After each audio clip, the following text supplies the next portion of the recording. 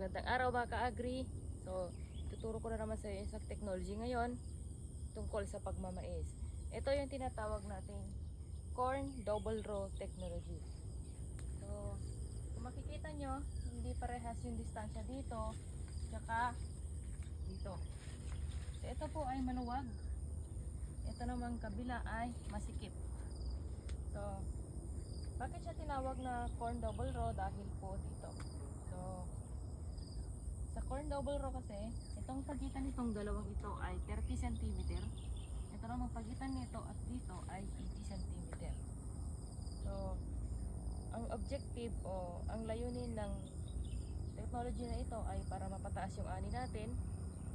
Siyempre, mapataas natin yung kita at para ma-maximize natin yung area.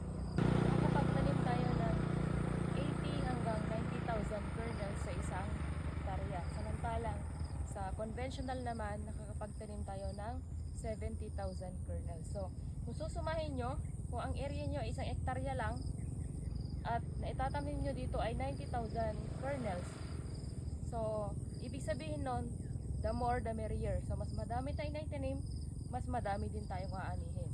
At isa pa ang objective ng double row ay para sa uniform distribution ng hangin, ng nutrients at ng sunlight tsaka ng tubig.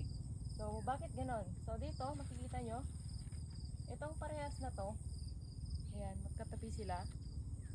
Usually, yung mga dahon yan ay nag-overlap.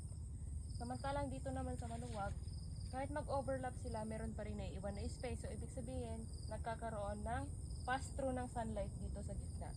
So, nadi-disinfect yung ating mga tanim. So, naiiwasan natin yung sakit. So, yun po. So, ang technology na ito ay dinevelop pala ng DA.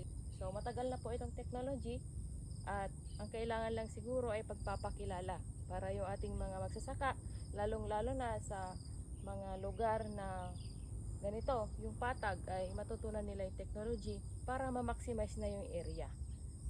So, yun lang po mga ka-agri. Magandang araw.